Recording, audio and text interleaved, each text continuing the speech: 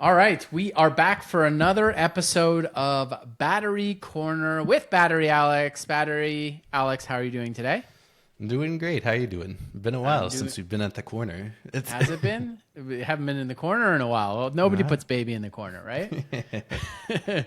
We're trying to stay consistent here with our efforts as well as building a company at the same time. So these things. On the docket today, we've got some, I think, pretty interesting stuff. The first thing we're going to talk about is plug-in hybrids. So hybrids obviously have entered the chat. Lot of conversation around hybrids. The narrative is growing. There's a difference obviously between regular hybrids that don't charge with electricity and hybrids that do, called a plug-in hybrid because you plug it in. And so let's talk about plug-in hybrids versus EVs as it relates to the battery condition and degradation. What are the differences between plug-in hybrids and EVs that I need to understand if I'm buying one or selling one? yeah. So the battery itself is virtually the same. Like they use the same cells in both, just like a bigger one in EVs, obviously. But one big difference is the way you use the battery is a lot different in a plug-in hybrid, where in a plug-in hybrid, it's such a short range typically on the electric only, where you might have like 20 to 70 miles, like maximum. Normally it's more like 20 to 50 miles. So even if you go battery only, you can only do that for so long, and then you're more likely to drain the battery completely. So we've discussed it several times like in the past, but the worst thing you can do for a battery is like leaving it fully charged and warm and discharging it all the way repeatedly and filling it back up. So yeah, the thing is that happens a lot more frequently in a plug-in hybrid, because in an EV you rarely go to zero, but in a plug-in hybrid you go to virtually zero and then just keep going on gas. So, and there's also different modes of a plug-in hybrid. That's the other kind of confounding factors. You can go electric only, you can go automatic like hybrid, where when you go to high speed it switches to gas, or you can go to just like gas only basically, but people don't use that super often in a plug-in.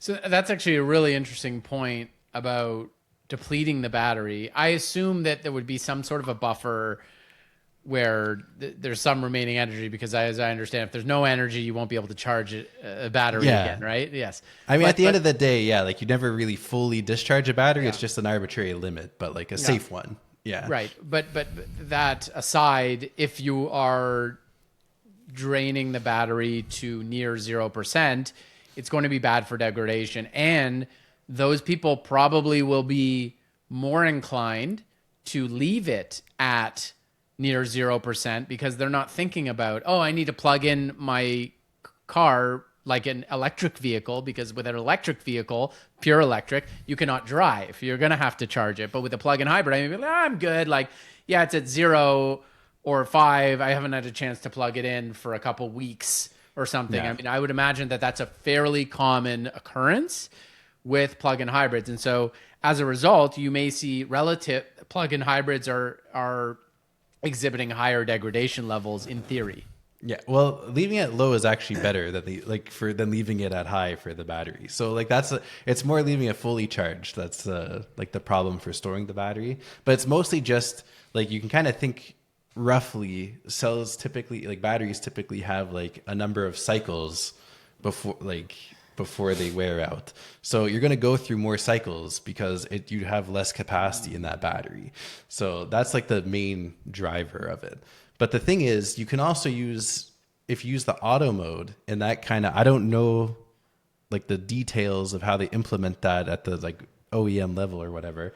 But The settings in the car. let's say this auto mode where it's like automatically a hybrid tries to keep it like not quite at 100, and it like if he keeps it in the middle, then that could actually probably outperform an EV, because it's just kind of always keeping you in the middle. You're not going fully electric mode ever. So That's really the. But that's you're like, using that's the big gas. difference. You're using but gas. then you're all using the time gas, in that so case. it's like then so, you're. So it's really like a cost trade off. So yeah. You might as well just buy a regular hybrid at that point. yeah. One thing that's interesting is you can kind of do the analysis for yourself on like what your break even point is with these things, because you're paying like getting a hybrid, you're kind of like sitting on the edge, so you're paying for like both components, like the gas and the battery. So let's say you pay an extra $2,000 for the battery, like you just have to calculate how long do you have to drive to save that in gas, basically. Like, is it like 30,000 kilometers? I don't know what that is in miles, or like, is it like 100, you know? So it's like, it's more your style, basically. Sure. You could use LightFlow saving calculator to get there with that Yeah, exactly. little plug. What about hybrid batteries? In a regular hybrid, are these batteries degrading differently? Are they less because you're not really doing cycles, or? The thing is, in like a mild hybrid, yeah, it's kind of like you don't care as much really, because you're not going battery only as often. So, and that battery is typically just like a 48-volt battery. It's not a full like high voltage system like you get in a full EV or a plug-in hybrid, because you're not worried about the charge speed on those, and like the instantaneous power draw is not as high. So like you don't really need to worry about the mild hybrid battery degradation in the same way, because you tend not to think about your mild hybrid as it's kind of like an auto mode all the time, where you're not really going that far or quickly on the battery alone. So it's more about the regenerative braking recapture. So it's like, instead of just wasting your energy slowing down, you put it back into the battery. That's like the largest benefit. Got it. Okay, cool. So let's move on. This came up this week, talking about how we should think about answering battery health questions as a dealership. So when dealerships are now more and more having battery certificates, EV battery certificates on their electric vehicles and plug-in hybrids, showing the health of the battery, which is something that many consumers want to know before buying a electric vehicle or plug-in hybrid, because as we say around here, the battery health is the odometer on an electric vehicle. It is the primary driver of understanding degradation of the vehicle and how the longevity of the vehicle.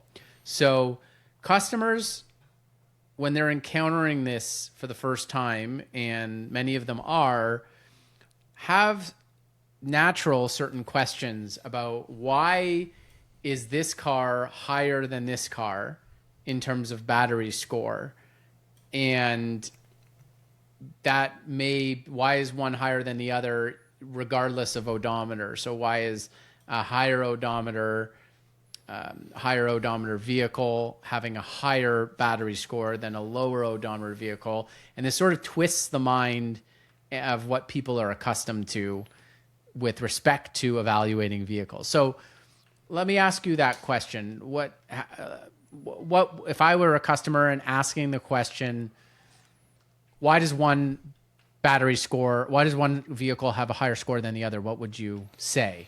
Yeah. So, I mean, it's definitely like a different way of thinking. It's counterintuitive when you think kind of odometer is usage, and usage is degrading the vehicle or like using up the usable life of the vehicle.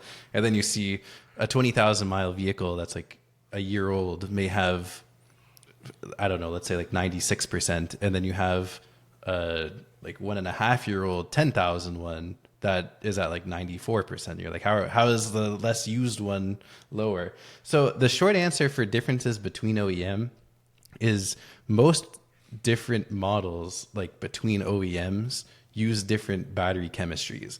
So it's not like there's one big supplier that every single EV manufacturer buys from. So they're going to use a different battery chemistry.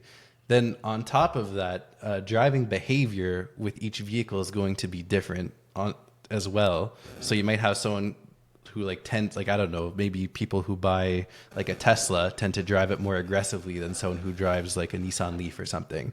So then they're taxing that battery more. And then third of all, the vehicle itself, like the BMS, the battery management system inside of it, is very integral in regulating the battery, and how you tune that really affects the degradation of the battery, because you can kind of keep some energy behind as a buffer, and the more buffer you keep, the less you're going to degrade. Or you can like basically let the user have most of it, and then it'll degrade quicker. So all of these things kind of add together. So the problem is there's not like a simple answer. It's not like an engine where it's just as you use it, it wears out. It's kind of like the conditions it's sitting in versus the chemistry of the battery versus how the BMS handles that chemistry. All of these things map together. So like the short answer is there could be like a variety of reasons. And the best way to think of it is you got to decouple the odometer and the vehicle age from the battery health a little bit. They're still correlated, like, but it's not going to be like every time you see a vehicle that has 20,000 more miles on it, it won't necessarily have a lower battery health score. Yeah. So this is a new factor to think about when buying and selling vehicles, and it's a very new factor. So it's almost like if we never had odometer, and then all of a sudden we have odometer. Yeah, exactly. Oh, what is this new odometer thing? What does that mean? How should I be thinking about that? How should I be evaluating that when I'm thinking about two different vehicles? So I think people need to understand that it is very new to be thinking about battery scores, and there's an education component to discussing it and explaining how it factors into the decision-making process, really.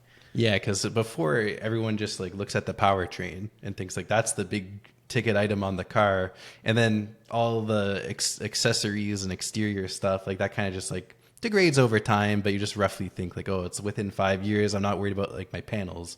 Yeah, what's the health of the mirrors? Yeah, exactly. Like everything has a lifespan, but you're really focused on the powertrain. But now it's kind of like you have two, not quite perpendicular, but like two semi-related fields, because now you have your powertrain and like all of that. The motor, essentially. Yeah, exactly. The motors are more robust than engines, so that's not so much of a problem. But like, kind of, I feel like everyone's kind of used to proxying the whole car's health based on the odometer, because you're kind of in your head, you're like, okay, like I don't know, like the suspension wears out after X kilometers, so you're kind of taking that into account in how you evaluate the vehicle. But now you have the battery, which is just a completely different like component you have to separate. So now you're like looking at both metrics at the same time, basically. Mm-hmm. So it's like you used to use year and odometer. Now you want year, odometer, and battery capacity. Mm-hmm. I'm going to throw a curveball at you. So there's some approaches out there which look at a set number of vehicles on the road and build a model, and then they'll evaluate the health of the battery of a given vehicle by looking at other vehicles. Tell me about the difference of that approach versus measuring it directly from the given vehicle that you're trying to put a score on. Yeah, so the thing is, there's different ways to quantify, the health of a battery, and there's different ways to, like, ultimately what everyone's trying to do is assign value to the vehicle and like try to figure out what value you're going to get out of a vehicle and whether it suits your needs. So there's kind of different ways to approach that question. So one way to do it is you could look at just like how far you can drive, because that's how you use your car, which is fine. But the thing is, you have like, that's kind of like an external measurement of the battery, where the battery is kind of the asset that you've bought when you bought the car, and also what your like warranty applies to and everything. So if you're just going to look at a car based on a model relative to other cars, based purely on seeing how, like, I assume we're discussing the range, like, because all you can really observe from a distance is like the odometer, basically, like the odometer versus like the battery state of charge that you see. So if you're looking at it that way, so you're seeing how much range do I get on a charge now versus like a year ago, and how much range do I get on this car versus other cars, that's a pretty decent proxy. But the problem is, if you like, it doesn't take into account driving habits and climate, because those are two very important factors in both of in range and battery degradation. So they are related, but for instance, in a cold climate, you can't drive as far because you're using your heater and stuff like that. But your battery is not necessarily more degraded. It's just because it's cold, right? So like the like if you brought that same car down south and drove it, you'd get more range. So it's better. So it's just whether you're going to evaluate the extrinsic property of the car or you want to evaluate the actual like asset that you have and like the physical thing inside the car. And like the value comes from the thing inside the car, but the range is also important because you want to know, like, does it suit your lifestyle basically? But if you're not looking at that specific vehicle, other than just knowing the odometer, will you be able to estimate the range? Because you haven't tested that battery. Oh, so you're saying like you just came up with a car and you assume, like you're saying we've seen nothing of this car. We're just seen going, nothing of this car. Oh, okay. So just like a model based. Okay. Model-based, So yeah, you're just asking a model based approach versus direct observation. And yeah, Yes, direct observation is always going to be more accurate. That's the, so like when you make a model, basically you've just observed how a lot of cars drive over a long time and like what the state of health of their batteries are or their ranges, like how they evolve over time and usage. Now, that's useful because there are broad trends in how batteries degrade, and they are correlated to climate and usage patterns and everything like that. But when you see a new car, all you really get is the odometer and the location. So if you only have the odometer and the location, you have to use odometer as your proxy for usage, which doesn't tell you a lot about how the car was used. Like, was it quick charged, whatever. And climate's a little bit useful because you can kind of approximate climate and the age in what condition it was stored. But even that's not necessarily useful because it could have been in an air-conditioned garage versus outside of the sun. Maybe it was stored somewhere else. Like, you don't know. Like, you might know where it is right now. Yeah, like maybe it was shipped across, like, you know. Sure. So the thing is, moved it's a good approximate. It's better than nothing. But until you actually look at that specific battery, you're just you're still guessing. Like, so as soon as you see the battery, though, then you can be a lot more confident of the quality or the state of that vehicle specifically. So I'll push back. I'm not sure if it is better than nothing if it's not accurate, because it may be misleading. And so Fair. If we have a number that's model based, that when you use direct observation is a 10-point difference or a 15-point difference, and you've sold that vehicle to a customer, that's a problem. It's a problem from a liability perspective. It's a problem from a trust perspective.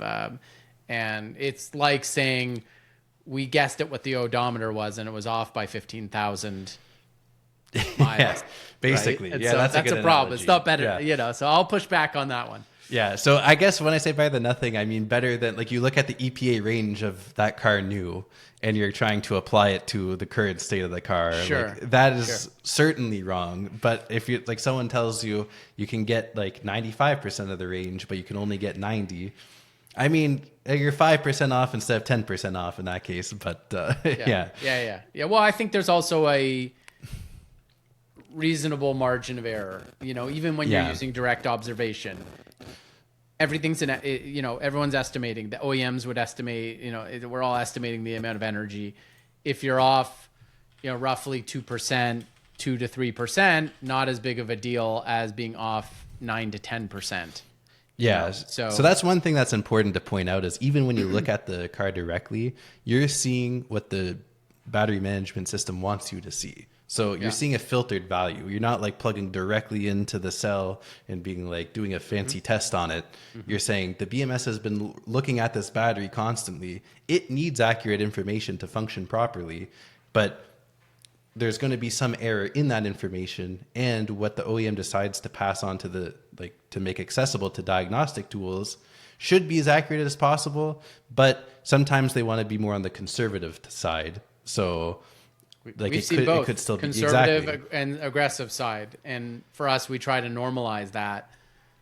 And we've seen examples of OEMs that are just flat out completely wrong, obviously wrong.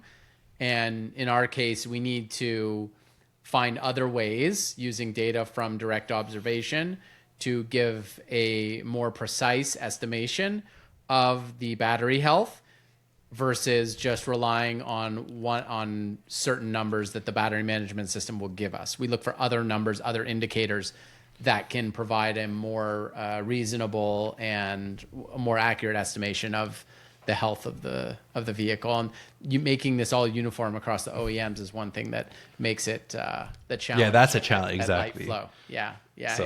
Yeah. And like, so this isn't to say like using models are bad or anything. Like, it's, in fact, sometimes it's better to use a model because you may observe a bias in your measurements and then you want to correct that. So like, for example, with some of these OEMs that tend to like be overly cautious about the number that they present. So it's just really to be just clear about, though, just to be clear though, when you're putting a number on that car, you're still using data from that car. Exactly. Directly observed, but then you're applying a model, you're layering on a model from lots of other vehicles that we've seen to dial in even more accuracy. Exactly. The key is you just have to work with the best data. Like, the model is only as good as the quality and quantity of data you get. So plugging directly into the car, you tend to get higher quality data, so you can make a better model to better estimate the score and like the battery health. Yep. Great. All right. Well, I think that's good for today. Battery Corner with Battery Alex. Everything you wanted to know about batteries we're afraid to ask. Thanks for tuning in, and we will see you next time. Thank you, Battery Alex. Awesome.